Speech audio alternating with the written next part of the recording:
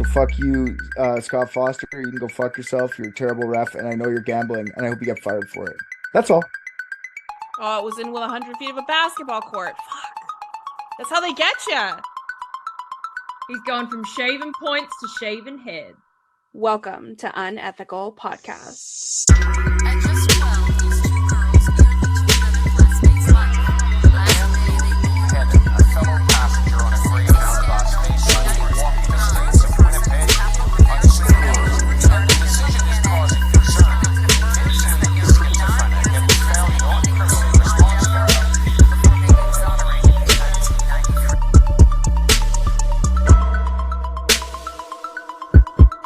1993. Oh god. In the last private dicks, I was like, oh my god, good thing I'm editing these. Otherwise I'd be so screwed. Otherwise, people would know how much of a massive jerk I actually am. No, out of context, I'm the biggest asshole in the world. In context, I'm fine. In context, I'm funny. There's a difference. Oh shit. Dingus, I didn't even say hi to you. How's it going, buddy? Hey, how's it going? I missed all you guys. I haven't seen you in a long time, especially Cole. I haven't seen Cole in forever. I know it's been a while. It has. You hit me up and I was like, oh yay, other podcasting stuff, because we barely even do like the sports show anymore. Life's been crazy, but still kicking it in here and there, and I'm sorry I'm gonna make you guys hate me for this episode, which is my favorite, kind of half my favorite part. And I am already bored. I don't know a thing about sports. I know nothing about sports. And as somebody who knows nothing about sports, I always thought Brady looked like a tool bag. Like I women agree. were always Exactly like, what I was oh, thinking. he is so hot. He's so handsome. I'm like, no, that is the definition of a douchebag. If I saw that dude on the street, I would avoid him like the fucking plague. That is like what the ultimate Chad looks like. It looks like a foot. I oh, don't care what Chad anybody Supreme, says. Chad Supreme, honestly. Like, just, Supreme Chad. I only know about rugby and AFL. Do you guys is Josh Giddey not like a national fucking treasure over there? I love me some Josh Giddey. Me too. That's an Australian basketball player, and he's in second year of his career, and he's one of my favorites. He's an Aussie dude. Come on. Who does he play for? He plays for the Thunder, the Oklahoma City Thunder. I don't know who. Do you know who Josh Giddey is?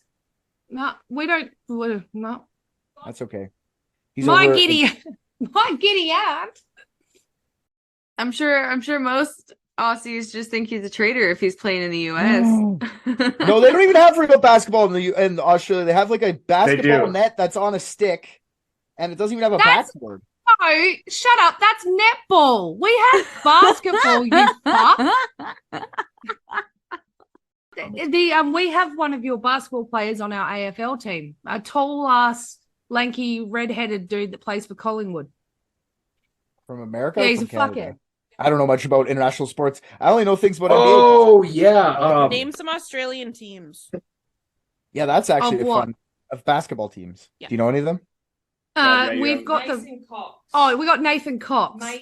Mason Cox. That's the name of a team? The Mason Cox? No, that's the name of the American that now works for. Oh, He plays for Collingwood. No, our basketball team in Western Australia is the Wildcats. it sounds like a grade schooler made up that name, though. I was You know going to what say, No. what team? Wildcats. Oh, can we be the Wildcats? Can we be the Wildcats, Mrs. Jensen? Can we be the Wildcats? Yeah. Well, they're huge over here. Like, for other people, we don't watch basketball. Like, we watch rugby because we like to watch people. Is that the only team in Australia, the Wildcats? No, we just know the WA team. There's the Tigers. Taipans. Oh, the Taipans. Yep, that's a good one. But I could name almost all 19 rugby. Oh, hang on. Christy's got them. Hang on. Christy's got them, and she just said something like box jumpers, which makes me really happy. So, Jack jumpers. jack jumpers. Either way, sounds awesome. I love you all. Okay, Have bye, fun. Bo. You. Bye, love you. Kings, Wildcats, 60, Yeah, the Wildcats are our team. Sixers. Oh, yeah, Yeah, Jack Sydney- Jumpers. Those are like grasshoppers. Yeah, Tasmania. Jack jumpers? Yeah, Yeah. those are grasshoppers. Cairns Taipans. Crocodiles, Crocodiles. Falcons, Devils. Yeah. Do you watch sports, Christy? Which- Hi, Christy. By the way, hello. Nice to see you. Hey, Christy. Do you watch sports though? AFL and rugby. What is AFL like soccer? No, AFL's our footy. Oh, Our footy. Australian That's football. right. Isn't that soccer? No, I thought that was true, but Australian that's- football is fucking badass. I didn't know how crazy that shit Mhm. was until they told me about it. I'm like, I start looking at it, I'm like, these people are gonna hurt themselves. Somebody tell somebody. Yeah, my team is the West Coast Eagles, and at the moment we have so many fucking injuries. Like, they're like almost 50% of our team are out with fucking concussion, groin injuries. One guy completely ripped the muscle off his calf. Like, just yeah, it's fucked. Sports injuries are fucked. Do you guys like, Kate? Whoa. Do you watch the sporting events like on a regular basis, Christy? Like, do you watch the AFL and the rugby? Their rugby team is called the Wallabies. No, Wallabies. that's the national team. That's the Australian team. The Wallabies are the ones that play against the All Blacks. So the New Zealand team. The what? So there's The like, what? yeah, they're called the All Blacks. All what? Mhm. Wow. I don't think we could call a team that over here. They named themselves, wasn't us. I know you didn't. I was just really shocked at the name of the I team. know, That's I awesome. know.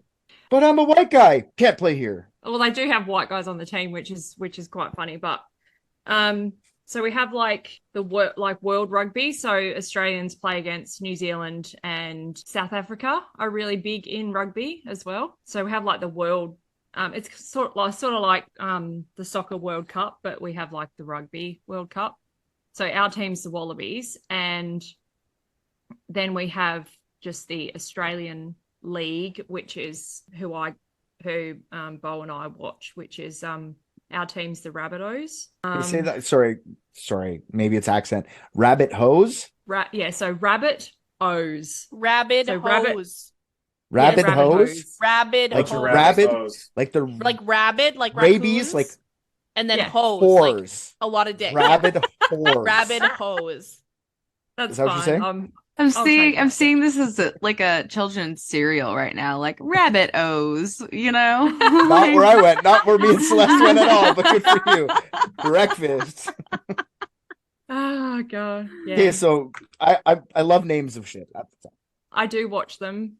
We also have a contest called the State of Origin, which is between Queensland and New South Wales. So New South Wales are the Blues, and Queensland are the Maroons, and they have like a contest each year for the State of Origin, and our team's the Blues, so we go for New South Wales. That's a cool name. State of origin. Yeah, because rugby in Australia originally started. It did start in New South Wales, but Queensland like to think that it started in Queensland. So that's how the State of Origin all started, because Australians like to fight over things. So we're like, let's have a whole competition about. That's fair. And you guys don't watch sports like Celeste and Sarah? Nope. Oh no. Not at all. Do you like Oh, play no. sports games at all? That Like was a play hard sports? shutdown. I played rugby in high school, and then volleyball in junior high. That's it. So you know some I sports. It's played not like you're like basketball as a kid, but I shot some hoops with my dad. That's cool. I played netball and did ballroom dancing. So Ballroom dancing. yeah, I was a champion. You're- No, I get it. That's wait, it's a really what? difficult sport. You're a champion dancing. ballroom dancer? Yeah, I've got What medals does that and mean? everything. What does that mean though? Please I explain. won competitions and stuff.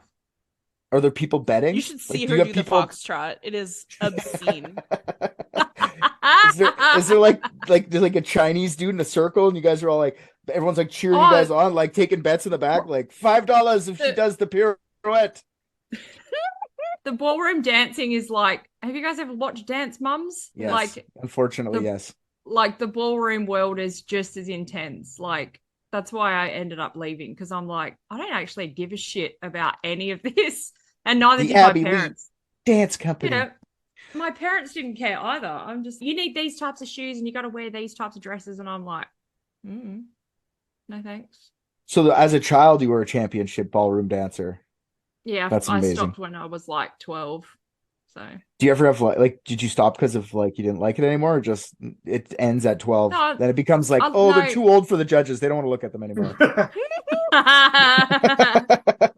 Well, it's actually Ooh. that's actually pretty funny because the teacher that I used to learn from later on in life, he actually got arrested for child pornography. Shocker. That's kind of where I was like, Shocker. I legit thought you were gonna be like, a funny story. That's why I left. He touched me inappropriately. Oh my God, I yeah. was like, Oh no! Okay. That's why I've been diagnosed with PTSD. My ballroom dance teacher abused me. Just Christy's like, oh, I remember now. We like shook it out of her. She didn't even Yeah. right now. Years of hypnotherapy undone by this. Yeah, Did you I've forgotten. so okay. I figured out like you and Bo sit down and like watch rugby and footy like every week, or do you guys like just randomly hear what's there? Like, are you guys big? No, I watched Sports fans? we've been watching the rugby every week. There you go. So it's big enough then. If you watch it every Yeah. week, like you're paying I attention. find, and we're going to a game in August when they come to Perth. And Cole Blenner's here with us today too. Perth will he's- now be my Yay. rugby team. I will say. before though, we get real so. professional, sorry, Christy, you look fucking amazing today.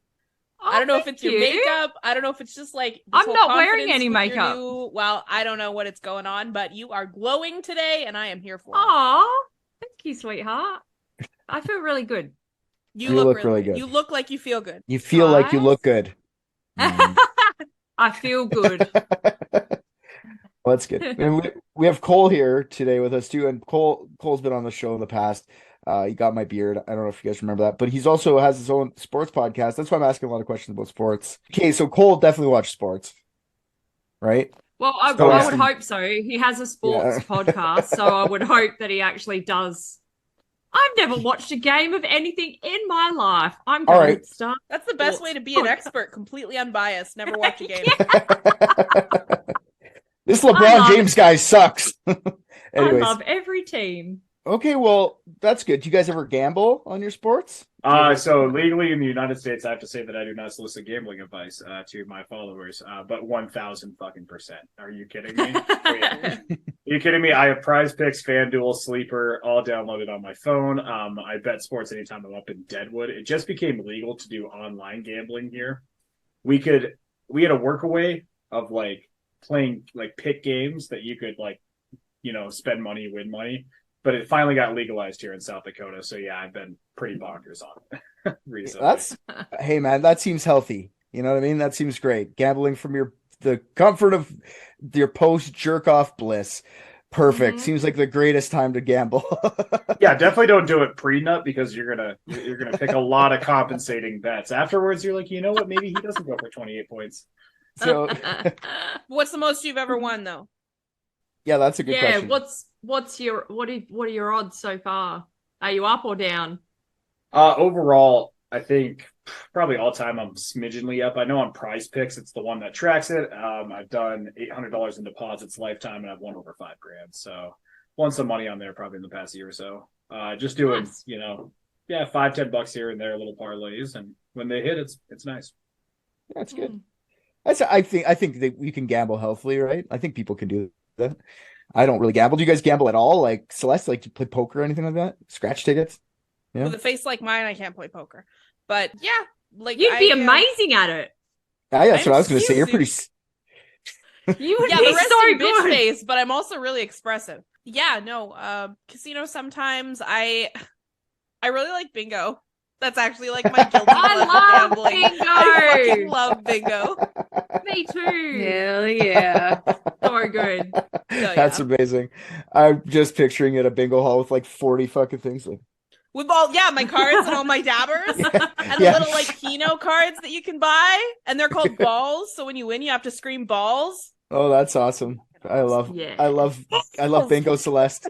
I love And I'm bingo, like Celeste. screaming at the old lady at the table next to me. I'm like, you thought it was yours. It's mine. These balls are mine. That bitch stole my dabber.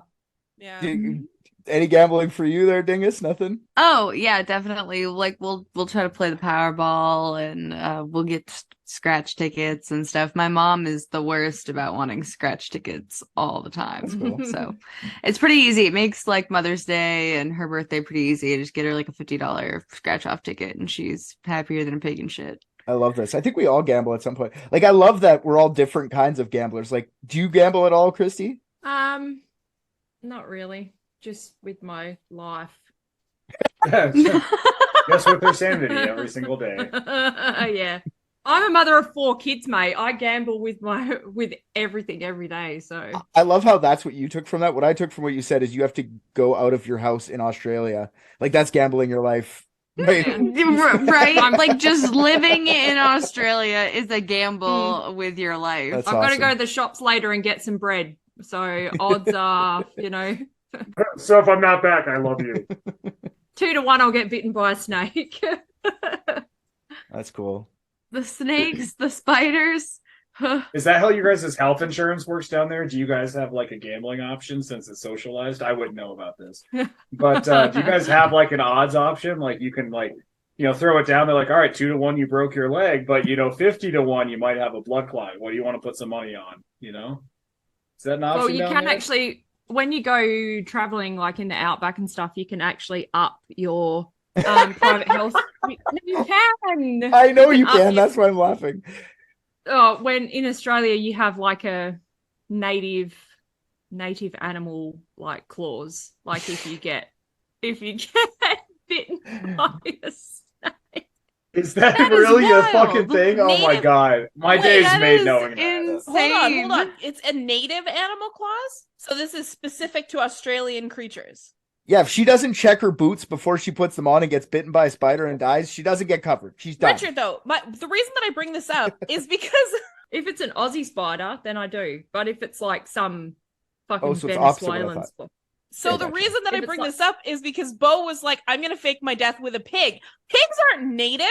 She has to No, fake her they're not death with a covered. dingo. Yeah. But what is really native to Australia? The island. The indigenous people. All the spiders and snakes and shit were here before the convicts arrived, so Nah, you don't know that. Maybe they brought them over in their pockets. Maybe they brought him over as punishment. Yeah. Man, I love that we're all gambling in different, like Christy's gambling her life. She's got the biggest stakes, but like bingo's kind of fun. I'll play poker every once in a while. I'll take a scratch ticket. I don't buy them, but I mean, I don't really gamble. Probably should. It's make watching sports more fun. Dingus is Powerball. Do you ever get like close to the Powerball? You ever think you're gonna win the Powerball? Like you ever get like the last number? You're like, no, you piece of shit Powerball, and throw it to the side. I don't think we've ever gotten that close, but usually like we'll get the numbers and then like we'll all talk about like what we're gonna do when we hit it, and like then we never get close. That's cool. And so that it's like it can be slightly disappointing, but also kind of funny, because like you talk it up for like hours, and then it's like, oh shit, we didn't even get close. I think that's part of what gambling is for, is like the fantasy of winning. Yeah, I Definitely. think that's part of it. So that makes sense. I wish I could do what Cole was talking about though. Like if when I went into the ER, they were like, all right, 50-50 chance, you got to pick this or this. And like, if I get it right, then like, I don't have a hospital bill. Like that shit would be awesome. That is kind of fun. That's a fun way to gamble. And honestly, I think the house would always still win. So hospitals adopt this. Like, I Yeah, don't when think they you're- misdiagnose you. Yeah. It wasn't a heart attack. It was an anxiety attack. So, sorry, tough luck. Play next time. $35,000, please. Definitely, you guys should definitely start doing that, because then people will actually start getting healthcare, and you won't have to pay for it. I know. How much more for profit can you go for the medical industry in America than to add gambling to it? It's so American. It probably like That it's a is. great That idea. is. That's the most American Yeah, you thing. can start smoking in the lobbies again. Fuck it. Let's just go back to the 50s. That's what half this country wants, anyways, is just to go back to segregation. Next to the Starbucks that's in the hospital is also a gun shop. Yeah. Perfect. McDonald's, Starbucks, gun shop, and then I don't know, probably insert something American after this. I'm failing to think of a fourth one in the sea of anything. That's A okay. room where little old ladies can go with Celeste to play bingo. I was thinking like a very small school in case you need something to shoot at. Oh yes, that's right. Actually, my next joke really was going to be was a child casket store, but I thought that might have been too dark. Yeah, we carry Never too all far. sizes. We carry all sizes, 5 to 16, because once they hit high school, we just put them in the normal I caskets. feel Don't like- worry, it's still going to bankrupt your family. Oh. That would be very convenient, like a one-stop shop when you go to the hospital. It's like, oh shit, it's terminal. You've got 3 days to live. Okay, well, I'm gonna go downstairs. I'm gonna shop for a casket while I'm down there. And that. But could you think about that? Like right afterwards, the doctor comes and he's like, "Listen, I'm so sorry about your mom. Now I can't imagine what this is like, but here is a 25% off coupon for Eddie's caskets downstairs." And here, Oh, God. here's a pair of dice. If you roll a 7, we'll make it 50% off. Is Go. that off? Yep. Big money, big money, big money. This Big one's for money, you, big Mom. I know it's too soon, but Yeah, but that's All you right. just let mom roll it. You let mom roll it, and then if she loses, you can be like, "Fucking bitch, whatever." And then you're not. put this sad. on her estate. So, all right. So that means only Cole would really know this. So do you guys know? Well, maybe you guys know. Do you guys know what like a point spread is when it comes to sports gambling? Like a point Yes. spread, like a spread? I know what Cole does. The other three. Spread.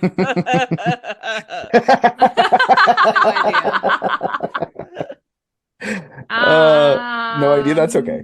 We're gonna I explain can have it. a So, guess. yeah, okay, let's hear it. Let's see the guess for sure. Let's hear the guess. A point spread. Okay. Is it when you can bet a certain amount of money on like if your team's going to get this many points or this many points or this like you can, Close, like close. sort of You're- spread your bet out instead of putting it all on my team's going to win by 75 points and you only put it on that. Like It's kind of like that, but it's more like a thing to like. It's like a handicap for like the underdog team in order to make the betting more balanced. So like if you know a team's way better Oh. than the other in basketball, especially, you'll know like this team's way better than that team.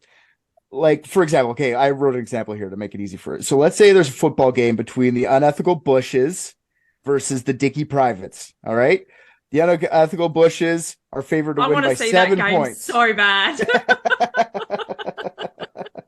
It's gonna be a banger. Yeah. Dickey privates. So the unethical Bushes are favored to win by 7 points, 1 touchdown Of ahead. course. So the point spread in this case would be -7 for the Bushes and +7 for the Privates.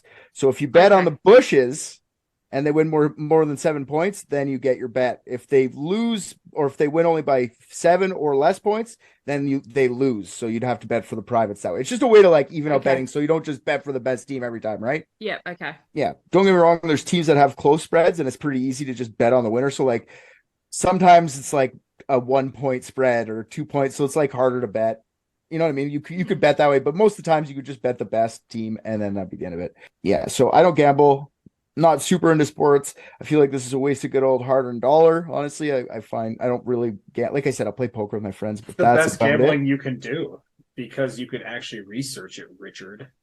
No, Other than like Keno or Richard. Bingo, where I'm just throwing it in the fucking machine. No, I can actually look this up and have like I don't know. I feel like I've done well enough because I can actually look into it. The only other game For sure. I like is blackjack. For that reason, For sure. It's a good call. for sure. And I pay.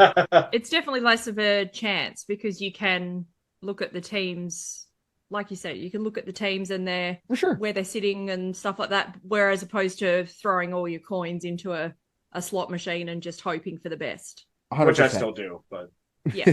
100%. And I'm not against it, really. It's just the way I think of it. People want to gamble, have fun, give her. Well, your money's your money. Just me, I go like, oh, that could have been something else. Or I've won gambling too, and I go, yeah, this is awesome. And then the fucking rush subsides, and you go, wait, that was awesome. Don't do it again, Richard. Don't do it again, Richard. Don't do it again, Richard. Remember the cigarettes? Remember when you said you could smoke 1 cigarette? So anyway, so now we understand sport or point spreads. It should be easy to understand this episode. It's the NBA playoffs right now. Hopefully it's still probably going on by the time this goes up because it's just the beginning. So we got lots of time. So I'm going to tell you about a referee in the NBA. His name was Tim Donaghy. Question: Yep. What is the NBA? That is the National Basketball Association. So that is where LeBron James and Kobe Bryant and all those names that I know you must have heard, Michael Jordan, all these guys used to play or The do. guy still that died in the Space helicopter. Jam, helicopter crash. Who's the other guy? Let's do Shoes. Kobe Bryant or Shoes. LeBron. Oh, you're just doing shoes. That's fine. You LeBron. still And well, Sex offender? they've just made an No. entire fucking movie about shoes. yeah, About like, inventing the Michael Jordan shoe. Like, Yeah, for come sure. on. I'm telling you right now, that movie will be good. And there's a I'm reason sure why. it would. Yeah, there's a reason why they made that movie, because basketball is super popular in the U.S., like unreal. I think it's second most popular sport behind baseball, if I'm not mistaken, or football. No, Sorry, it's football, Football, sorry. basketball, and then baseball. Yeah. then baseball. Yeah, that movie will crush, and especially Michael Jordan too. Which, so you guys know these guys, just even if you don't know what they did, you know they exist. So that Well, famous, they right? did. Or yeah, until a helicopter took him out. Rest in peace, Kobe. And pouring one out for you, Kobe. I just thought a free throw or some shit. I don't know. He was a rapist, so Alleged, I think. Alleged. Alleged. He settled out of court, come but I mean, on, come on. I'm on board with, like, you probably dink this girl, but I mean, he's also super famous. Like, it's hard Again, to be was. like. When you die, do you lose your famous? No, you just lose your present tense. Ooh. Yeah, so Tim Donaghy. So you guys get that? NBA, we're good. We can move. This is going to be a fun episode. I can't wait. I can't wait for this. This is going to be so much fun. He's a ref in the NBA for 13 years until 2007, when his whole world crashed down around him. Dun, dun, dun. Donaghy was caught using his power as an official. You did that on purpose. Yeah, I did, for sure. Yeah, Donaghy was caught using his power as an official to shave points off games. Oh no, he was shaving the spread. He was. He shaved. Oh. So one person's the spreader and one person's the shaver. Just like you and me. We were born to do this, Celeste. Mm-hmm. Yeah, so this was to feed his gambling addiction and pay off his massive gambling debt he had with the mafia, according to the FBI. Whether it's true or not, we'll find out in a bit. Before we get into that, let's talk about this guy a little bit first, so we can understand who he is. So Timothy Francis Donaghy was born in Havertown, Pennsylvania. Havertown. Did you just say Timothy O. Francis? Timothy Francis Tiffany. Donaghy. Timothy, God damn it. Tiffany's better. Tiffany O. Francis Donaghy. Timothy Francis Donaghy Got it. was born in Havertown, Pennsylvania, January 7th, 1967. Haverton is a suburb of Philly, and it's just 9 miles west of the center of Philadelphia. So that's, I don't know, 5 kilometers. I didn't write it down. I should have. Where? 5 kilometers west of Philadelphia. So like Haverton's just outside Philly is what I'm trying to say. That's all. Oh, thought but you not said East Philadelphia. Philadelphia. Didn't you say Pennsylvania? Born and raised. On playground, he's spent most of his days chewing out Max and relaxing all cool. Richard's like, I don't want to do this Some anymore. Eva. I'm leaving. You guys. hanging out with Tiffany outside the school. Yeah. When a couple of guys, they were up to no good, started reffing games in his neighborhood. His dad's name was Jerry, and he was an official as well. That's all I got to rap. 666. I'm from hell. Okay, I got nothing. Let's do this. Got no game. So yeah, Tim's father was an official, also a referee, high school, college level basketball. Jerry Donaghy was well-respected official, ref for over 40 games in the college level. So high-profile games, like he did the NCAA finals 4 different times. He officiated the NCAA Final Four 4 different times, and he also officiated the NCAA finals a couple times as well. So this guy, NCAA is college basketball. So that's pretty high level. It's just underneath what NBA would be like. It's fucking interchangeable almost, you know? So well respected in the officiating landscape. Tim says he got his love for basketball from his dad. All through his high school years at Cardinal O'Hara High School, Tim played competitively. When Tim puts together his media kit when working for the NBA, he said that he was an all-star basketball player in high school. So like, when you become an official, like they still have they have trading cards for hockey players and basketball players and shit like that. Like they still have that information for officials, which I find hilarious. So if you want to look them up, there's a media kit. So they submit their own apparently. And he says he's an all-star basketball player. After his arrest, when the media and the law really start looking into him, they found out he wasn't. He just rode the pine the whole time. He like sat on the bench. He played on the team, but he never actually got any minutes. He just liked to say he was like, I was an all-star. But there's a trading card for this bench warmer. No, I'm just saying like they have the same type of information on the website or cards. For his Like I media bet you kit. there's for his media kit, which I find hilarious that the refs get that much attention. And like I guess you would because it's national sports. It's just like really have to make up a media kit. Like my name's Tim Donaghy from Philly. Like that's all you really need. Do you need anything else than that? I guess so. I don't think anyone would know this man's name if not for whatever the fuck you're about to tell us about him. So Yeah, you're right, 100%. Actually, in the NBA circles, they would like if you were watching the sports because he was definitely controversial. But other than that, no. he was a controversial ref. Doesn't that just mean you suck? There's one Scott Foster right now who's fucking horrible, and he's getting referenced to Tim Donaghy because So you're he just hasn't bad at being a officially fixed referee. games, but yeah. Well, biased against certain teams. You get a track record. Obviously, you ref games, and once they kind of start noticing, like the fans will notice, hey, this guy reffing against, LeBron James is 10-30 lifetime against him, and that's where they kind of start to notice referee biases. Like fans have access to that. So, sorry, just a small sports nerd. Oh, bit true. there, No, don't but- apologize. That's great information. Yeah. Like, no, we actually do like pretty intensely follow some officials, but only if they're bad. For sure. And Scott Foster is mentioned a little bit later in this because he is such a fucking arsehole. I paid attention more to referees in like UFC fighting. Oh my That's god, probably me the too. most- That's what I was gonna say. That's probably the most that I've ever followed a Herb sport too Dean. is UFC Herb Dean, fighting. thank you. Yeah, Herb Dean. I That is the love- man and right there. Is it Mario Yamasaki? Yep. Because Mario I'm like- Yamasaki. Because his first name's Italian and then his last name's Japanese. I'm like, that's so funny. I love him so much. I guess that's a thing more than I think. Like, like I said, I'm not a super huge sports fan. I do like basketball, but like, I didn't really understand that people would follow refs. So you're doing it in UFC. So I'm guaranteed there's people doing it for every sport, I guess. Then now that you're saying that, now I'm thinking about it more. But anyways, his media kit's full of shit. He says he played high school basketball. He sat on the bench. He's not really doing anything. As his coach said, like when they interviewed his coach from high school, he said he worked really hard, but didn't get minutes. So like it's his coach saying this. It's not just anyways. Oh, Yeah. But you could do that if you find out someone did something shitty and then you could just say you hated them the whole time, even if they weren't that bad too. You know what I mean? Like they're not talking to him before he did the bad thing. So anyway, so as a kid, even into adulthood, Tim was described by many as having an abrasive, confrontational personality, described as a feisty competitor and also something of a jerk. That's quoted. right. Yeah. So in the 2000s, before this scandal, Donaghy was visited by police many times for some pretty poor behavior. He had citations for disorderly conduct, for obscene gestures and or language. That's how they said it, and or language. So I don't know if he was flipping someone off or I didn't know you can get in trouble for that. I didn't know you can get in trouble for flipping someone off, especially in the US, or calling them a fuckhead. Oh, you see the police system here is really just put certain people in jail, undesirables in society, as some would put it. Yeah, this is a white guy from Philly. Yeah, but if the cops just don't like you on a personal level, they That's can either true. let or like you. Yeah, welcome to America. So he had citations for that, which I didn't think was a big deal, but maybe it's because of the next few that he had citations for public stalking and harassment. So maybe the other ones came after the first one. What is public stalking versus private stalking? I don't know. It was said public stalking, so I put it. So maybe like private stalking, you could stalk someone, I guess, from your own house. I don't know. Just stalking, I guess. Probably the ability to trade it in some way and gamble on it.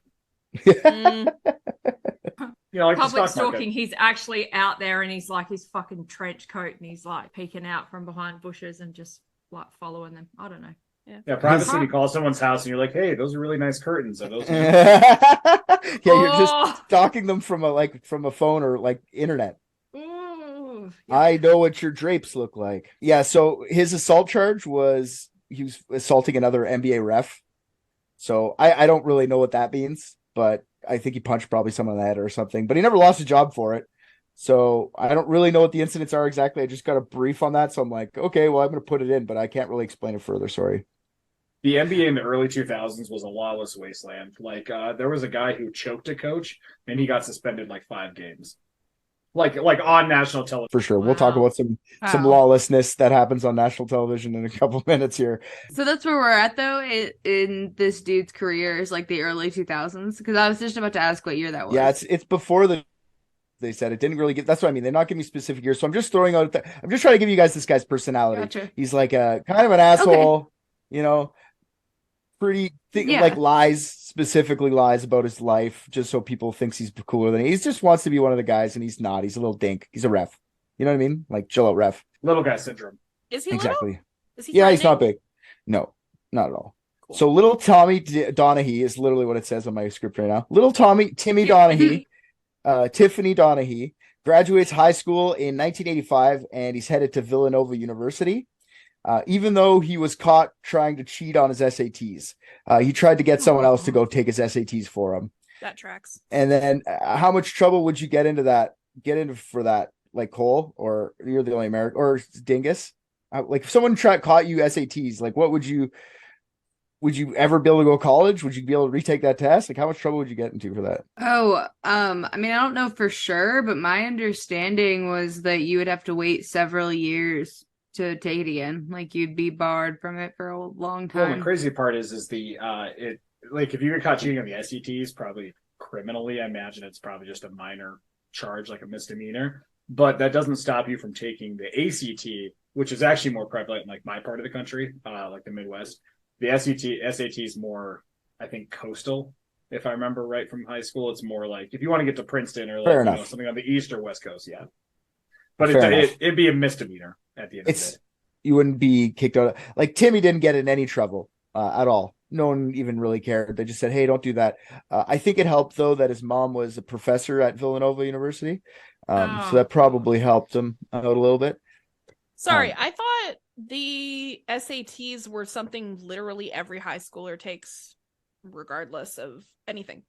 No, Tennessee is the same way. We take the ACT instead of the SAT. Okay. Well, but isn't it It's all about the level of school you want to go to. okay? But it's not required to take it. So, like Ivy League schools, well, I was required to take the ACT, but like it all depends on what college you want to go to. Some colleges will require you to take the SAT versus the ACT. Some won't. So, like a lot of Ivy League schools want you to take the SAT. Okay. But let's say you don't want to go to college, you just want to graduate high school. It's not like mandatory to take it to finish high school. No. It would be for whatever is in your area. So, like in my area, I had to take the ACT. Did I have to pass it? No. Oh, really? They made you guys take it? Yeah. Yeah, we don't have to in Australia. Like we can just, you can choose. We do tertiary entrance exams, so TEE, and when you're doing year 11 and 12, you can choose to do TEE subjects or non-TEE subjects. So when I went to high school, Okay. I just did all non-TEE subjects because I had no desire to go to university. Okay. I think then it wouldn't be any kind of criminal charge or really any kind of penalty at all to have somebody try to take it I'm for you. not saying I don't think it's criminal. I just think that if you got caught doing that, you wouldn't be allowed to do it again. Like it's not like you go to jail or get fined or anything like that. But You just- I don't even Yeah. understand how to, like you said, he tried to get someone else to take it for him. So someone else 'cause- just walked in and said, "Hey, I'm Tiffany Donaghy. Happens I'm all doing the this." time. There are literally people Yep. that do this professionally. They take the SATs Wow. for people professionally.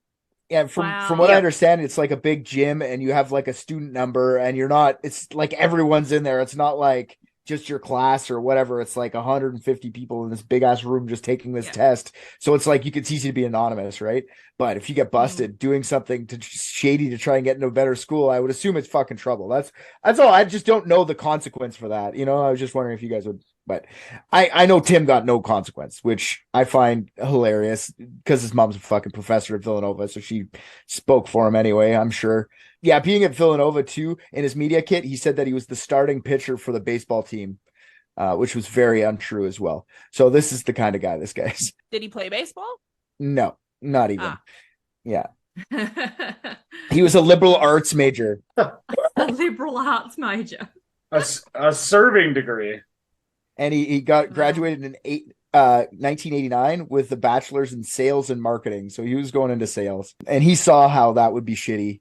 and he complained about it a lot. I don't want to be a salesperson or marketer. What am I doing? And his parents finally sat him down and were like, why don't you just try and become a referee like your dad? Huh? I know you like basketball. Just be a referee.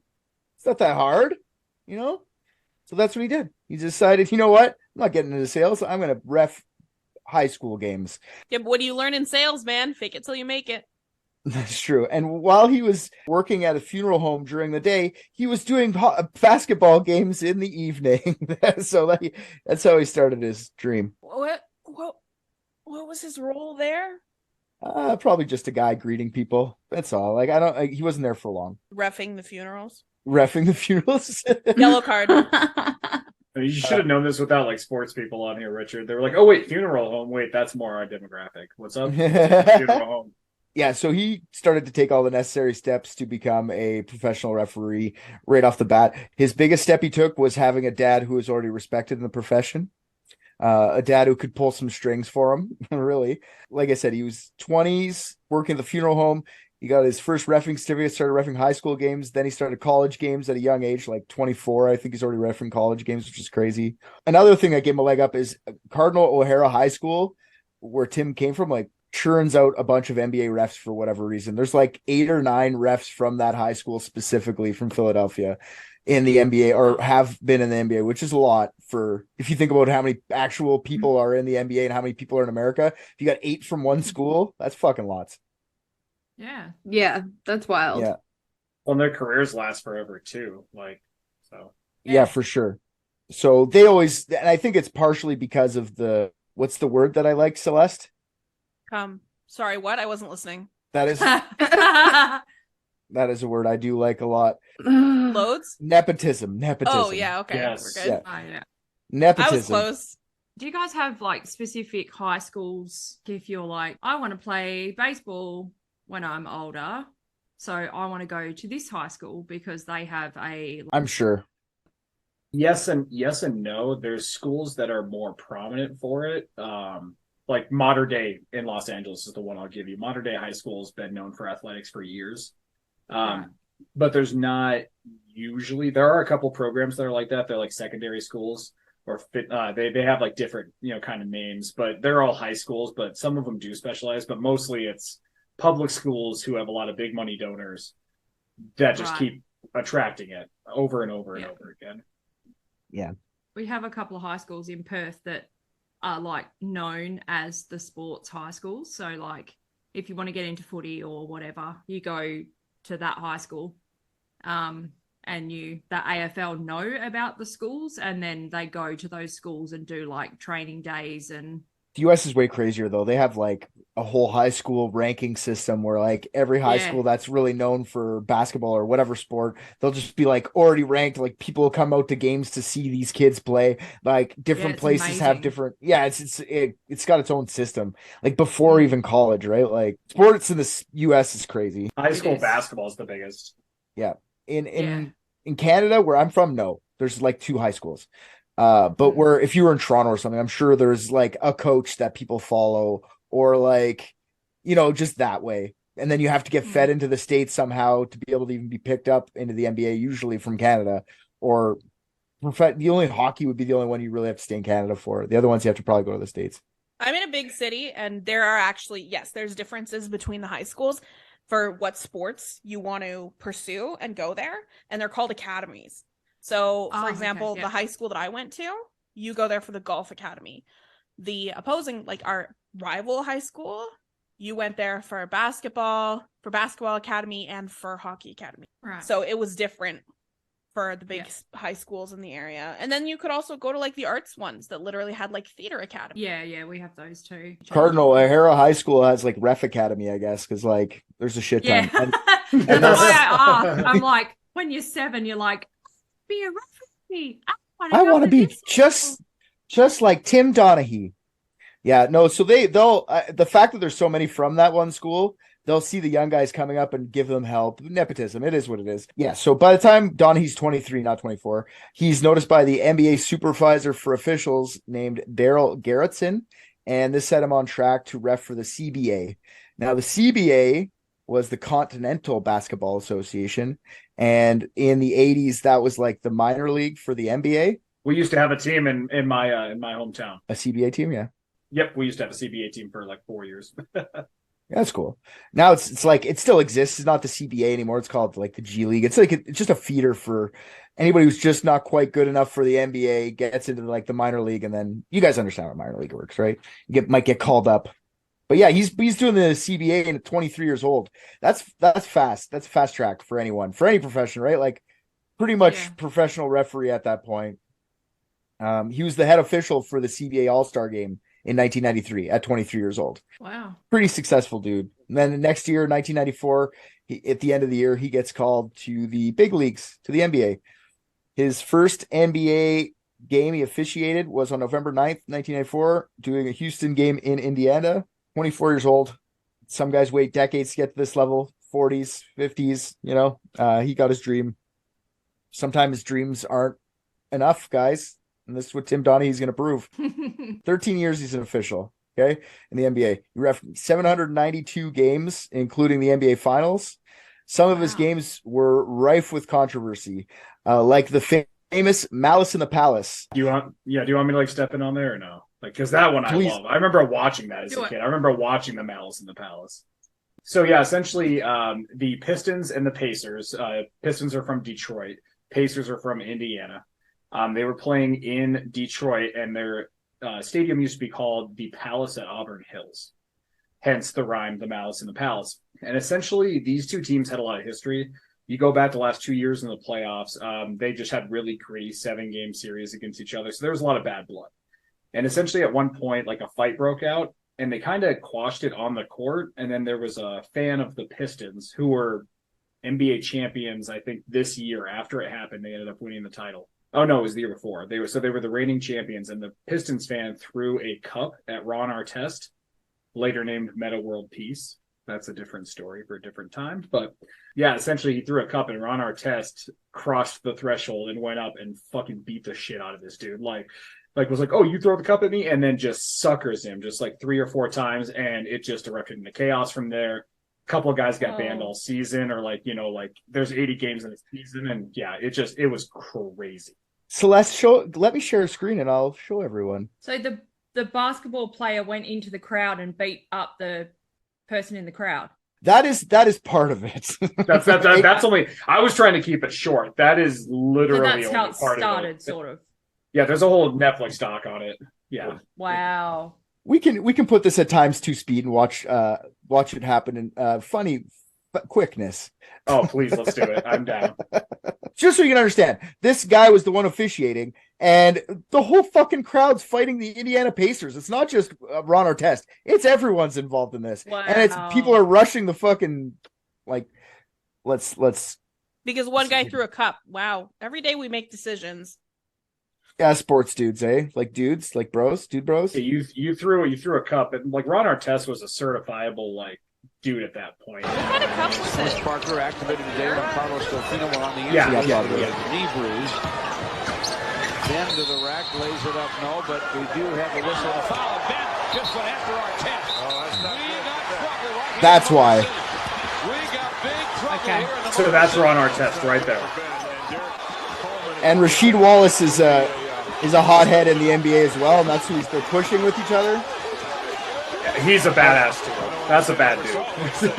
They're big men. These guys are big, scary dudes. Ron Artest lays down. He lays down laughing. He's laughing. He's laying down on the announcing table. It's a 7-minute video. I don't know if we should watch the whole thing. But you definitely have to see Ron Artest. Steven Jackson still screaming at the Pistons. I love that he's just laying chilling. back, watching the chaos he created. Yeah. He's watching and like mockingly sitting there. He's not just sitting. He's sitting there like Deadpool. Yeah. Watching the drink comes soon. And they're not at their home advantage right now. They're out in Detroit. They're in fucking Detroit, and the Pacers are doing this. Wrong place. Detroit is known to be a psychopath city for their sports, all sports. He put the announcer's headset on. Yeah, he went and talked to them for a bit. That's wild. Oh, there's the cup. Oh, there it was. Oh, he's holding him back. Back sitting down. It's not. He's back Deadpool laying down. Rasheed Wallace is about to throw, and he's pissed. He wants to kill. That's Ben. Ben, sorry. Yeah, no, you're good. That's Rasheed. Rasheed, yeah. There goes Ben Wallace again. There goes Artest up into Oh. the crowd. Oh, Oh, he's gone. Oh, he's gone. He's in the crowd. Oh, God. And Steven Jackson slugging people in the crowd here. Yep. That's Oh not my only. God. That's what I'm saying. It's not only Ron Artest. It's a bunch of guys. Now and all you're the not hurt- home. yeah. Oh shit. Oh, and the Oh, other no. team's on there in the crowd now, too. oh my God. Yep. This is the ugliest scene you'll ever see. Watch Ron Artest now, because Ron Artest crosses another line right now, like pretty soon. He's already crossed the line by jumping into the crowd. He's already done this on live TV. But watch what's about to happen with Ron Artest. Right now, he's like watching. Boom! Oh, jeez! He just punched Yo. the fucking fan who came down to be like, chill out, man. He wasn't even attacking him or anything. And that's like a close-up of him. It's not in the chaos. That's like on the court. Well, the officials Yeah, just like Right. right hook out of nowhere. and the coaches. So the officials have no way to control this. From here, it just kind of like piddles off into like more like it's chaos. Like the reason they're calling it Mouse in the Palace, it's chaos for a while.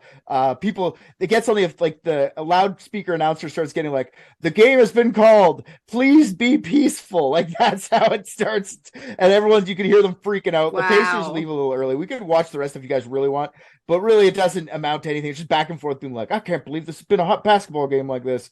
This has never happened before. That punch was fucking brutal. That was a good one. That's a line. Oh. There's lines. Like there's one thing to punch another basketball player, but to hit its fan like that, no. I'm not going to get really much into the Malice in the Palace. I just want you guys to understand Tim Donaghy was the guy who was supposed to make that not happen. You know what I mean? Like you're supposed Was to calm he the down little that. guy holding them apart? Number 21, he's ref 21, and he was standing there watching for most of it. He didn't really do anything. The head official, I forget what his name was doing more, but he's supposed to be helping. I disagree that they said the officials can't do anything. Yeah, when it got to that point. Before that, you could have separated them. You could have put technical fouls. You could have been sending them to the bench. You could have been sending them back into the locker room far before anybody got anything chucked at them. You know what I mean? But Like you could see when he was like laying down, you could see his energy like seething up in him, and then it just took that one little thing and he fucking snapped. for sure. Yep. For sure. And he was blacked out then. He was just, oh, that Yeah. punch gave me chills. Jesus Christ. That was a good one. Yeah. Yeah, so that's one of the more controversial things that's happened in Tim Donaghy's career. And also there was another time where Rasheed Wallace, one of the players that was actually there, followed Donaghy out into a parking lot after the game. Wallace wasn't happy about getting a technical foul and threatened to beat Donaghy for giving it to him. So Rasheed Wallace followed him out into a parking lot and threatened his life. Yeah, so Wallace was caught doing that and suspended 7 games, and it was huge news in the That's basketball silly. world. I mean, at that point, like, what is he going to do? Take it back? Can't really. He just kept saying, "Read the rule book, man. Read the rule book." He's like, "I will fucking read the rule book with my fist in your face." Like that's what kind of an idiot Rasheed Wallace was. He was a controversial guy overall. But yeah, so I just want you to know, like he used headlines before any of this a couple times in the past. All right, so 1995, he marries his wife Kimberly, and over the years, he became a father of 4 girls. During those 13 years, just it has to be mentioned because later on his girls come into this. During 13 years reffing, Donaghy claims that everyone, officials and players, were betting on everything. Okay? Even though it clearly stated in their contract that they weren't allowed gambling of any kind. And when I say any kind, I mean not allowed gambling of any kind except horse racing when it's in your off season. But that's it. Nothing else. It's so fucking random. It's still like that in the NFL. It's still like that. A couple of guys just got suspended. One guy had a torn ACL, and he's suspended the first 6 games next year for betting on basketball while he was hurt with his torn ACL. Yeah, Yeah, so fucking stupid. Trust me, if you want to find more of a pro gambling person, it's me. I think it's dumb, but sidebar over. I agree. You should be able to. Obviously, if you're a ref in the NBA, you can't bet on NBA. But every other sport, who gives a fuck? Anything. But yeah, anyways, exactly. yeah, they're not allowed to bet on any sports at all during that time. Especially NBA. Refs didn't care though. They bet amongst themselves, and on the road, some of them even went to casinos because no one would know their faces. They just go. So they didn't really follow the rules that much, let's say. Also, they would make side bets, which I found kind of a fun, interesting thing. Like they would sit like with themselves. They would say like, "Oh, I'll give you $100 if this guy hits the half point, the 3/4, like the." Oh, that explains the malice. Somebody bet on that happening, and I knew who it was. Could be, honestly, it could be. Just they would bet little shit like that. Like if someone's gonna fall off the roller skates, like if they had a roller skater guy, like for the halftime show, if somebody falls down, each person that falls down, you owe me $25. Like dumb shit like that, which I think is harmless. You know what I mean? Yeah. Who's gonna call the first foul of this game? Sure, let them bet amongst themselves. They're harmless to me. $50, dinner, whatever shit like that. Nothing crazy. Shaving points to make the spread, that's a little bit different. So he was caught shaving points, okay, basically like that, shaving points on NBA. Now how do you we'll tell you how this happens. It's a little bit complicated and it gets dangerous for him and complex. Like it's not an easy thing like betting halftime. Shaving points, being an NBA ref is fucking hard and weird. And how do you even do this? So first, it requires you to have some insider knowledge, okay? And what I mean by insider knowledge is that, sure, there's like a rule book in the NBA that all refs are supposed to follow, right? Stuff like insider knowledge would be like the stuff that people only really close to the game would be able to know about. Like, according to Donaghy, there's an unwritten rule book that the NBA management expects refs to follow. Like, Donaghy also says that NBA management wanted their star players to be treated more lightly with the rule book. So like people people pay thousands of dollars to see Michael Jordan, play, and they don't want to see him fouled out and ride the bench for the fourth quarter. Like that's the reason they came there. So you don't call fouls on Michael Jordan. He's claiming that NBA management's telling him to do this. And that's just some of like the insider knowledge he would have. Like they would know more subtle stuff, like which refs hated which players, because they'd all talk to each other, or like which refs hated which coaches, or like which ref just hated specific teams. So you could like tell that as like a hint, like, oh, who cares what the spread is? Fucking Tim Donaghy hates the Detroit Pistons. So bet against the Pistons no matter what. You know what I mean? Damn. He would also know shit like which players were secretly injured, like which ones had like sore backs and stuff, but weren't reporting it out. They were just playing through it because it's the NBA finals. So you'd be able to know advantage that way. Insider knowledge. So put it simply, Tim would use his insider knowledge and inform his high school friends of who he thought was going to make the spread. All of his high school friends were gamblers, and one of them was actually a bookie, serious bookie too, bookie for the mafia, hundreds of $1,000 bets, $1 million bets this guy would take, $500 bets as well, $1,000 bets. But I mean, he would take big bets too. So let's go back a bit so I can explain this. So there's a guy named John Concannon. He's Tim's friend, buddies from high school. Okay. I think they lived in the same neighborhood from what I understand. Like they used to do shit, like play golf together. When he would call the house, like when Jack would call Tim's house, Tim's wife, like Kimberly, would always be like, your boyfriend's calling. Like that's what kind of friends these dudes were. They're dudes. You know what I mean? So they would bet on sports that were not the NBA together. They would just typical 90s dude friendship. You know what I mean? Mid-90s, 2000s, Concannon and Donaghy would get together, make their predictions for the week. Since Donaghy's contract said not to bet, he and Concannon would pool their bets, and Concannon would go out and place the bets. And then at the end of the week, they'd square up whatever NFL, golf, whatever they're betting on, square up at the end of the week, up, down, whoever knows. A healthy betting relationship, if you ask me. And then slowly over time, the bets start getting bigger and bigger.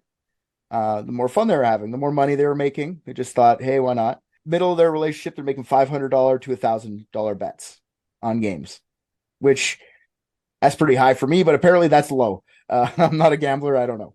As the addiction to gambling gets worse and worse, Concannon starts to ask his NBA ref buddy for some NBA winners in 2003. He goes, hey, what do you think, man? Just tell me one. We'll do it. We'll be fine, right? We'll be good. And Donaghy just thinks to himself, what the fuck? Let's do it. So Donaghy supplies him with 3 games and 3 winners based on his knowledge of the refs who were reffing, the players who were playing, and any other insider secrets he had. The next week, when they go to square up, Con Cannon is pumped because all 3 predictions were correct and they made way more money. And then he says to his buddy Donaghy, like, that's pretty easy. Let's just do that. Why don't we do that more often? We're not losing any money. Fuck, we make shit tons. Let's do this. And they did many times. They start betting more and more. Con Cannon was placing bets with another old friend of it from high school named Jimmy Baba Batista. His nickname was Baba, which, okay. His group of bookies, like he worked for a bunch of guys, and they called themselves the Animals. So Baba works for the Animals. So Baba knew Con Cannon's. That's what I mean. They called him Baba. It's like a sheep. So Baba started, like, he would take their bets all the time. They would. He knew Con Cannon's betting pattern, betting a nickel, which they called a nickel, which is $500. Okay. So when Con Cannon and Donaghy start betting, getting more and more games right, they start to up their bets to dimes, which is $1,000 bets. So Baba starts noticing the increase in bets, but decrease in losses. So Baba figures that Con Cannon must be betting Donaghy games and starts to mimic their betting pattern. Instead of getting mad about it and calling him out on it, he goes, well, you're going to bet 1,000. I'm going to bet 10,000. Right? Ooh. So I know that guy's going to win because he's been winning so often. I'll win way more. Fucking make your bets. How much do you want to bet? Bet more. I'll bet more, So all the bookies make a bunch of money. Donaghy and Con Cannon make a bunch of money, but it's like separate. So until Baba has a falling out with his animal friends, the bookies. So Con is dead because he doesn't have the money to back these giant bets these guys are making anymore. Con Cannon's out of a bookie. They kind of like, I guess we'll stop betting maybe. Baba says, fuck that. So I guess he was like the black sheep of the Animals. He was. He got ousted like the black sheep. I was waiting for that joke. I was waiting for it. I was waiting. Yeah. So Baba's like, fuck this noise. Yeah, I need to get to my Donaghy because I know he's the one providing some answers, and I need to get the scoop on some games so I can make some fucking money here. I know what the scam here. I need to get to him. So now we had to introduce you to another guy, a guy named Tommy Martino. Baba, the unemployed bookie, was friends with Tommy Martino. And more importantly, Martino was Donaghy's best friend. So Baba knew he'd get to Donaghy through Martino. So he goes right to his friend. Okay, sorry. Martino's a hilarious character to me because his day job is an IT guy for JP Morgan. Okay, that was his day job. Then he starts gambling. IT guy for JP Morgan in 1994 is hilarious. Or whatever, 2001 is hilarious to me. It gets funnier with that guy, but just so you know, it's what his day job was. So Martino and Donaghy weren't gangsters, but they just knew Baba, who happened to bet with gangsters. So when Baba came up to Martino and says, like, I want to meet with your friend Donaghy, I guess Martino was probably a little intimidated, thinking like, this is a gangster guy who wants to talk to my fucking NBA friend. I'm going to set this up. So he does. He wants to confront him at a restaurant or whatever. So they set up their meeting and for December 12th, 2006. Baba tells the two how much money he was making off of their old plan. Do you know how much money I was making, dummies? You guys could be making shit tons of money. Let's just do this betting thing again, but we'll get Con Cannon out of it. Martino can make the bets because I trust him more, and let's make some money. Donaghy's like, fuck this. I'm not doing this because it's super risky for my job. I was just having fun with my friend. So Baba sweetens the pot for him. And this is all according to Donaghy, by the way, at the end. Who knows how this actually played out, but this is his story of it. So he goes, okay, I'll sweeten the pot for you. Every time you get a pick right, if you send me some picks, every time you get a pick right, I'll give you $2,000. Every time you get a pick wrong, nothing. So what's the loss for you? So it's not even gambling, really. It's just if I can just guess every time, and then I'll get $2,000, maybe. It's pretty good for him. Are refs, do they make decent money? I think when he was talking, he said with his investments, by the time he got fired, with his investments and all his other stuff going on, he was making $400,000 a year. He didn't need the money. He was just as a ref making $400,000. $400,000 a year. I feel like I said no. Yeah, they make really good money. I feel like I definitely would have said no, considering you're risking your job. I don't think it's about the money though. I think it's about the fun of it, the risk of it, right? The danger. I'm fucking badass. I was a starting pitcher, remember? Like I think that's just part of his personality. Like I'm so badass for doing this, Entry level referees begin at $600 per game, or roughly 250 grand a year. Seasoned or professional referees earn up to $3,500 per game, or up to $550,000 a year. Additional compensation could also be included should an official land a playoff game. They can earn between $800 and $1,000 per game, and then $5,000 per post-season game. Yeah. Whoa. That's good money. And plus you get like endorsement deals and shit too, right? Like you're not going to get Nike shoes or anything, but you're going to get like the university library speaker talker guy. Being a ref sounds a lot easier than being an athlete, though. Like, why isn't 100%. everybody trying to be a ref? 100%. A ref called Sean Corbin reportedly earns $7,000 per game and $29,000 for each semi-final or NBA final game that he refs. That is obscene. Wow. They make It's ridiculous. Surgeons. Yep. But professional sports. That's a little bit more than I make per year as a casual nurse. I think the highest paid NBA player makes like $44 million a year or something stupid like that. So like, oh, gross. Professional basketball is highly paid. One of the highest paid professions, if not high. I'm not sure baseball's higher, but basketball's fucking high. Do your sports not have salary caps? They do. Depends on the sport. It depends on the sport. Baseball doesn't. But in basketball, you have, I think it's up to like 180 million, 160 million, and you only have 15 guys you have to have on your roster. And a lot of those guys are on smaller deals. So your max salary in the NBA for a vet right now is like 45, 46 million a year. That and like you can go over your cap and just go into like luxury tax. You just pay to have more money on your fucking, which anyways, that's a different story altogether. But you could just there is cap, but I mean you can fuck around with it still too.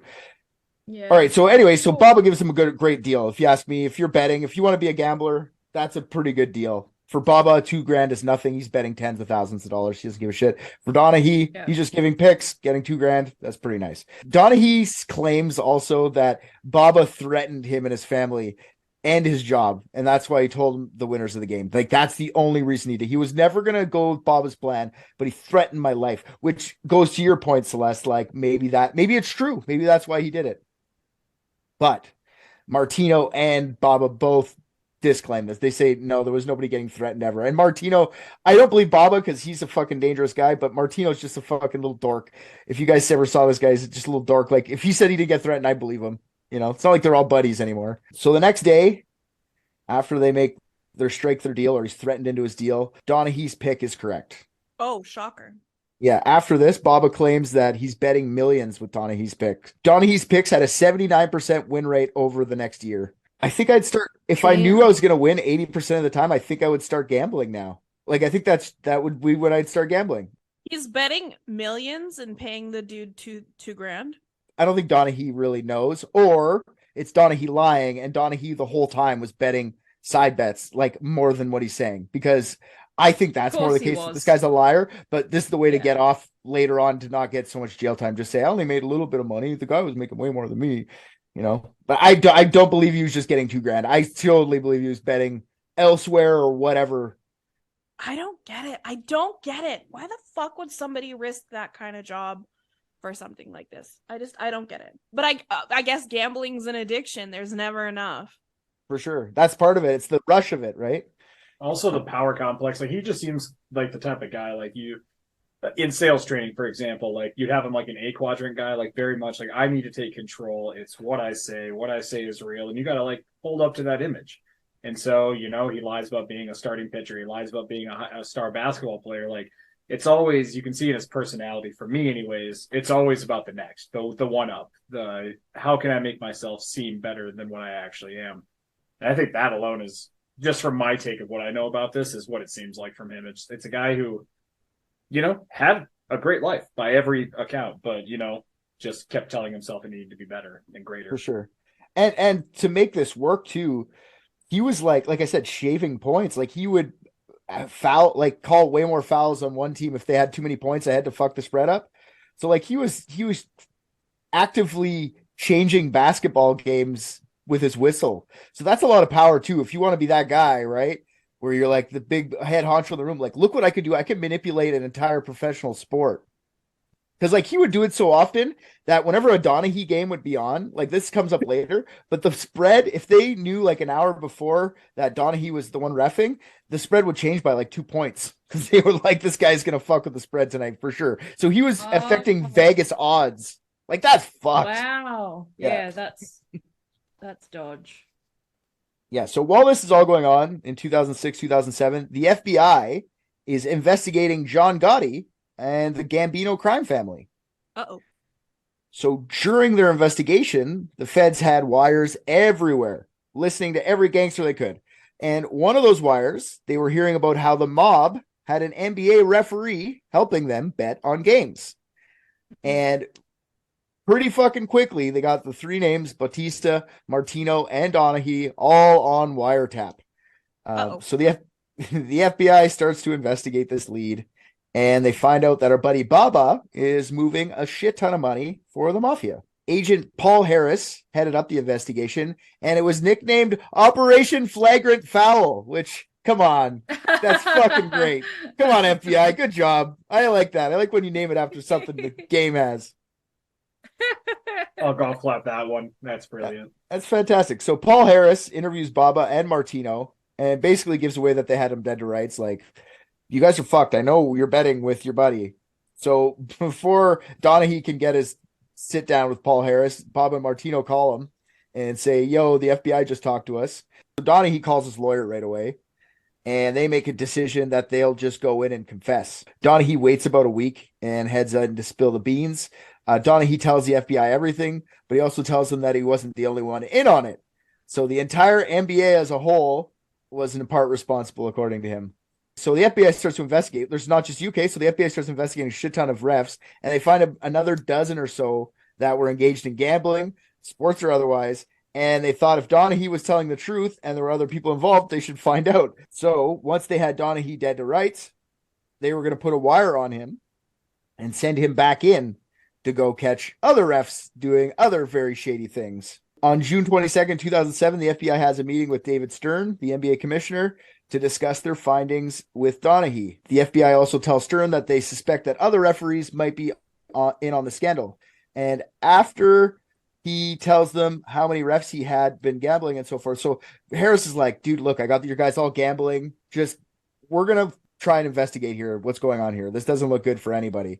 So Stern, first thing he does, David Stern, I'll give you all the help I can. Stern offers to get the NBA to review the videos of all the games, do analysis on the reffing for lots of games. I'll give you whatever information you want, just whatever. So after the NBA does all the reviews, they come back to Harris with their report, and they didn't notice anything wrong. I don't know what you're talking about. Everything seems up and up, you know? So 6 days after the FBI revelations, the NBA pens a $7.1 billion deal with their TV networks to keep games playing on their channels. This is before anything's public.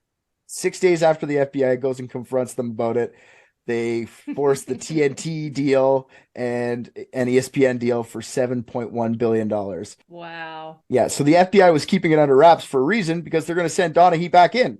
So they didn't want it to go public yet. The NBA didn't want it to go public yet because they were in the midst of the contract negotiations.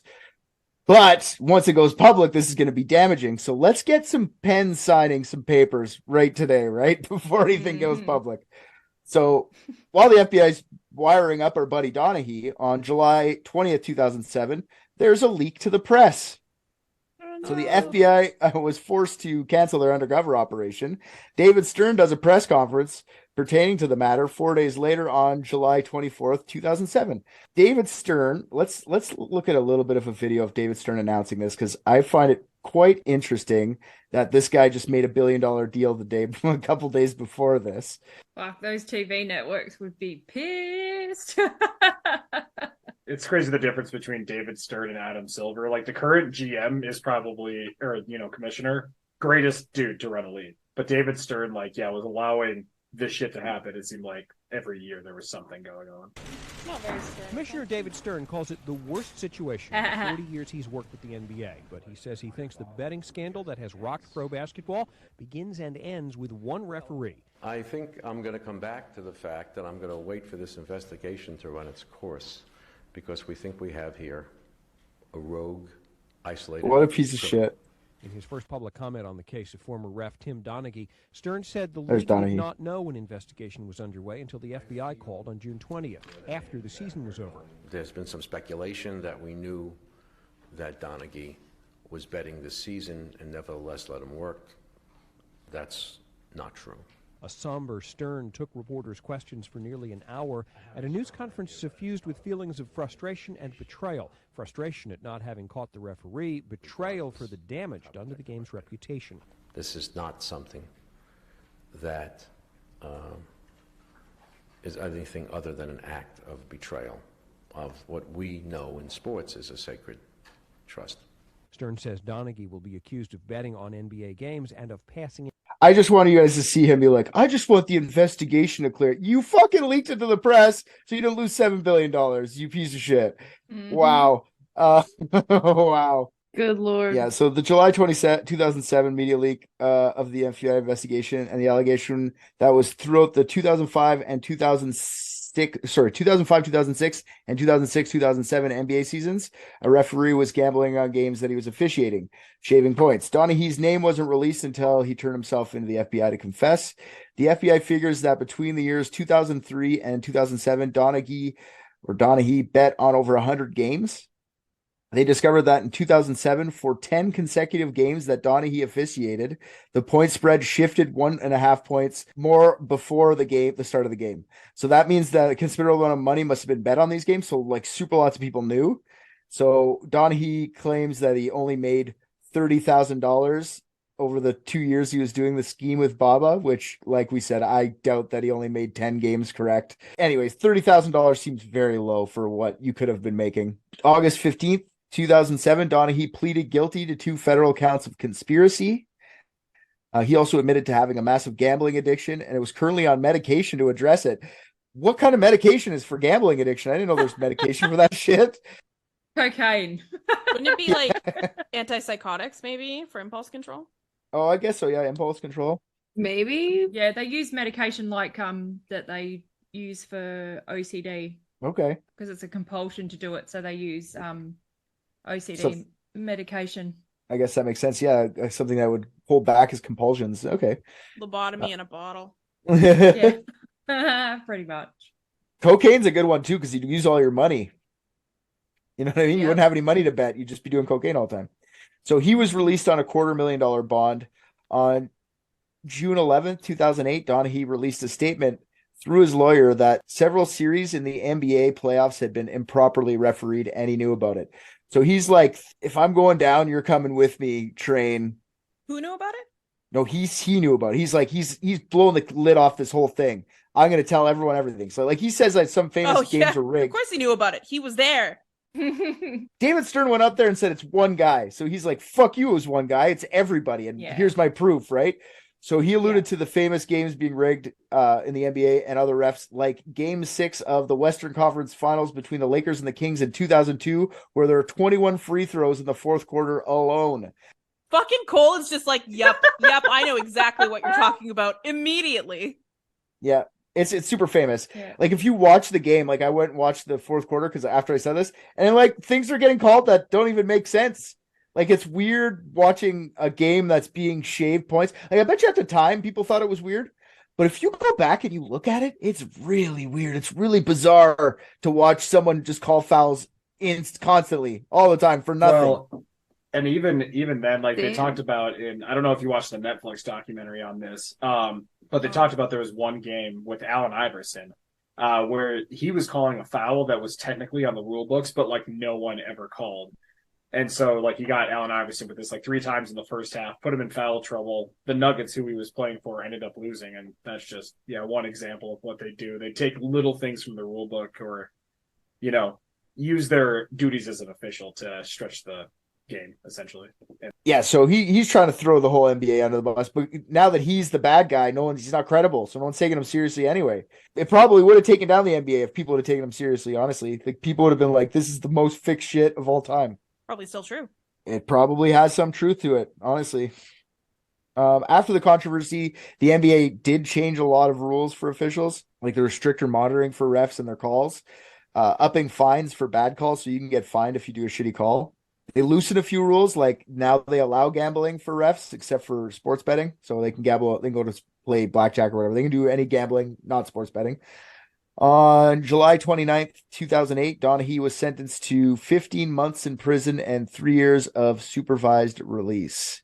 Damn. You think that's high for gambling, for like shaving points off and helping the mafia gain millions of dollars? Yeah. Yeah. I think it's kind of sad. I think they should just fire his ass and that's the end of it, really. Yeah, no, I think that's high. Yeah, no, I'm agreeing with you. Yeah, I definitely thought that's where it was going to end, was that he just got fired. 15 months in prison and 3 years of supervised? Yeah, release. Yeah, that I would agree. That's more than what I thought he was going to end up with. You can't be within 100 feet of a basketball court. He can never go watch a game in person ever again. He's not allowed to have ESPN on his cable network. Yeah. he's not allowed to open carry a basketball. Yeah, he's got to like call the cops every time he's moving a basketball from one place to another. I'm going to be going down Journey Street with a basketball. Denied. Would it be a whistle? I think the basketball wasn't the problem. Kim divorces him while he's in jail, so that's fun. Come on, Kim. Thick and thin. For better, for worse, Kim. That's true. I never noticed him betting. You noticed him betting. Get the fuck out of here. You were getting like all these fancy fucking things around your house. Your house is beautiful. Like, you see the inside of it. It's a fucking mansion. Like, come on, man. You didn't think he was getting extra money somewhere? Come on. You never had Baba over for dinner? No? Yeah, exactly. One that will forever get me is the unsuspecting wife and all of these. Like, because there's another one that actually involved the guys from whatchamacallit, Goodfellas, and they rigged basketball in Boston College in the 80s. And it was the same thing with like all the wives. It was like, oh my god, I had no idea they were doing this, and I was just like, really, you didn't notice when a gambler all of a sudden had all this money, or like a college basketball player suddenly had $100 bills on him? You were like, oh, that's normal. Yeah, no. Yeah. So Scott Foster is another ref. We were talking about him earlier. Some believe he's in on it, and he's still doing it to this day. Foster has had so many controversial calls.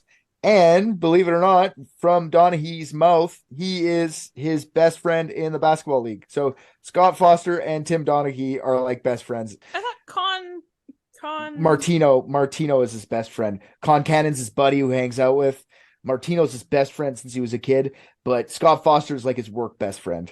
You know, like the dude he loved to officiate with, and they chill out all the time. Okay. I only want to mention Scott. I want to slander Scott Foster right now on purpose. Like, fuck you, Scott Foster, the worst ref in history. Wait, sorry. Who was the boyfriend then? The wife that was like, your boyfriend's calling. I thought that was Con Cannon. That's Con Cannon, yes. And he was the one who was hanging out with him all the time doing the sports betting. Martino was just his best friend. He wasn't betting with him. He wasn't his betting buddy. Con Cannon just called a lot. I feel like if my wife is referring to somebody as my boyfriend, it should be my best friend. Exactly. Agreed. At my house, any guy that calls the house, my wife says it's my boyfriend, because every man that I talk to, I say I love them and say it back. So that's all. That's very healthy. Yeah, it is very healthy. Scott Foster, I just want to slander him today because he hates the Raptors. He always fucking fucks with the Raptors and Fred VanVleet. So fuck you, Scott Foster. You can go fuck yourself. You're a terrible ref, and I know you're gambling, and I hope you get fired for it. That's all. It's the only reason I mentioned Scott Foster, because they're best friends, and he's a piece of shit. Don't fuck with the Raptors. Yeah, shout out to Fred VanVleet for actually calling him out on it too. That's where that actually started up this year. After that documentary came out, a lot of people were talking about it because like players criticize refs, but no player ever went to like a press conference to say like "fuck you" to a specific ref. And Fred VanVleet finally did that to Scott Foster, and it was amazing. I loved it. $30,000 fine for doing it. So worth every fucking penny. I hope. Well, for an NBA player, for sure. To go, yeah. For me, I'd be like, that's half my mortgage. So there's a couple things. Okay, the story of him is pretty much done. So he's shaving points, whatever. But there's a couple more things we do have to talk about because it's fun. So in December 2017, Donaghy is arrested again. Apparently, one of Donaghy's daughters was hanging out with a friend. Tim hears that him and his daughter and the friend are going to do drugs. They're going to go smoke marijuana or maybe crack. I don't fucking know. They just said drugs. So he goes to the house where he suspects they're high.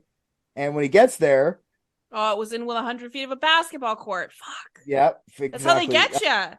He and his daughter end up in an argument. The argument's going on. A man confronts Donaghy, like, chill out, man. It's just like she's an adult. Let her get, like, go home, deal with it at home. Stop yelling at your daughter. Then Donaghy pulls out a hammer he had concealed. And then Donaghy starts threatening to hit the man if he gets any closer. So this guy came with a hammer. Donaghy calls the cops. And when the cops get there, Donaghy is arrested for aggravated assault. Charges are eventually dropped. So no more jail time for old Timmy. But I do find that interesting that he went to a place with a hammer. He's still fucking around. Why was he charged with aggravated assault if he just threatened him with the hammer? I don't know if he swung at him or anything, but that's what his charge was, aggravated. I don't know why either. I just looked into it. It's literally one article, but I wanted to say it because The American Oh, justice he was system. following his daughter to her friend's house? What? How did he end up there? yeah, he found out that his daughter was getting high. Apparently, he didn't know that for sure, and he went there to confront her about it. And like that never works. Your teenage daughter is not going to be like, yeah, okay, my dad's here, I gotta go. It's going to go, fuck you, dad. I'll do what I want. I'm a teenager now. You know what I mean? Like they're going to do that. What's the point? Just wait till she gets home. Like unless it's like a heroin crack house situation, like maybe you have to go in there and beat the fuck out of some crackheads, but I don't think it's that. I feel like it's just her smoking weed with her boyfriend or something, and he didn't like her. He didn't like that. But that's not the last Donaghy news. That is Donaghy news. But the best Donaghy news is from 2021. Tim seems to have gotten back on his feet, guys. He debuted as a referee for minor league wrestling. All right. Yeah. Love it. Shout out MLW. His persona is a crooked ref. You know, and they're using his real backstory. They're like, this guy went to jail for shaving points. He's gonna come here. He's got a gambling addiction. So if you don't like this guy, if this guy doesn't like you, you're probably gonna lose. He's probably gambling on this. So he's just taking his fucking loss and making it a win. Now he's just in there, 55 years old, I think, or 65. He's an older guy now, reffing fucking minor league wrestling. A heel referee. I love that. Yeah, I love that for him as well. What happened to everybody else in this story? Because Donaghy wasn't the only person arrested here. What kind of wrestling? Is this like WWE or is this like actual wrestling? No, WWE for sure. Oh, like phony show wrestling. Okay. Yeah. I hope he makes it to like WWF. That'd be awesome if he like works his way back up and he's like the heel. I'm betting on this game, guys. Who do you got? I'd love it. I would live to see that. It'd be great. What happened to everybody else in this story? He's not the only one involved in this little gambling ring. So Con Cannon, Martino, and Baba had a part in this. And I do know just a little bit about Donaghy is obviously the one who got all the headlines, but these guys, I got a little bit of what happened. So Con Cannon testified against Donaghy at his trial, so he didn't get charged with anything. Good job, Con Cannon. That's your buddy. That's your husband. Boyfriend.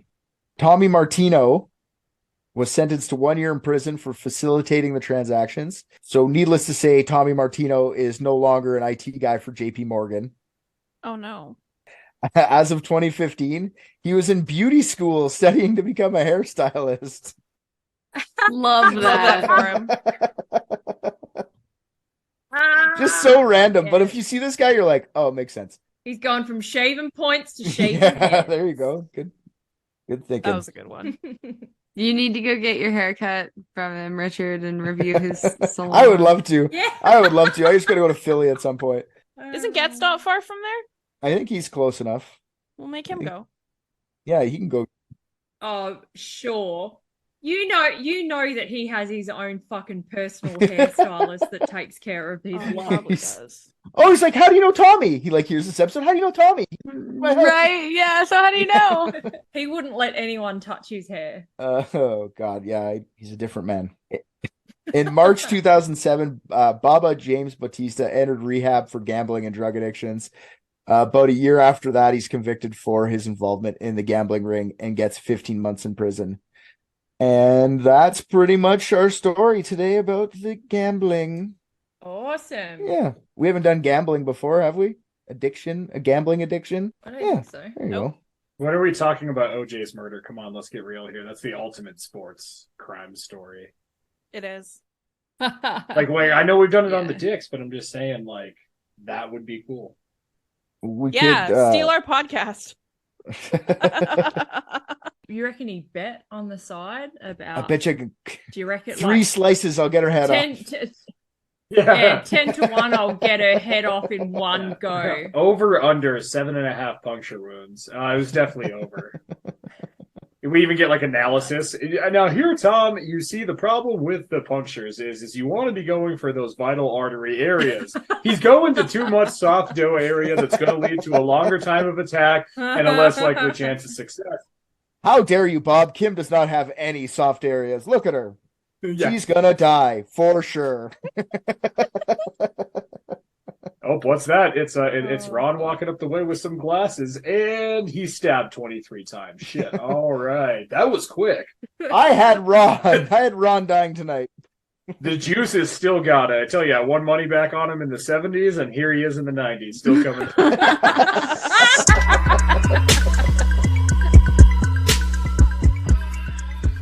All right, guys. Thank you so much for listening to another episode of Unethical Podcast.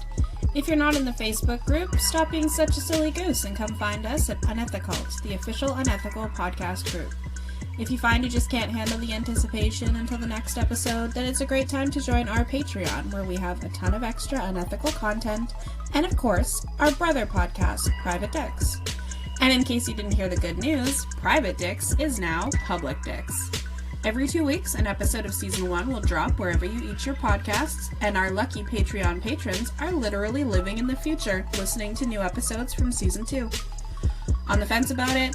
Have a listen to the trailer and see what you think. If you've got a case, big or small, give the Private Dicks a call. And yes, the phone number is real. Enjoy!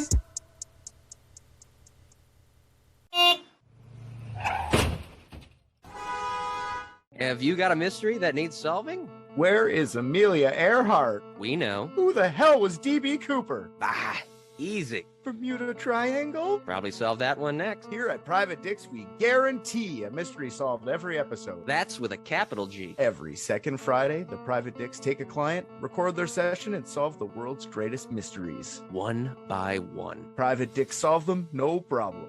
God, I love just crushing mysteries. Search up Private Dicks on your favorite podcatcher and you can solve a mystery too. The mystery of what's your favorite podcast? It's Private Dicks. Another one solved. If you have a mystery to be solved, call 1-855-PRVT-DIX. That's 1-855-PRIVATE-DICKS. Call 1-855-PRIVATE-DICKS and leave us the rundown of the case. Maybe the Dicks will solve it. 855 Private Dicks.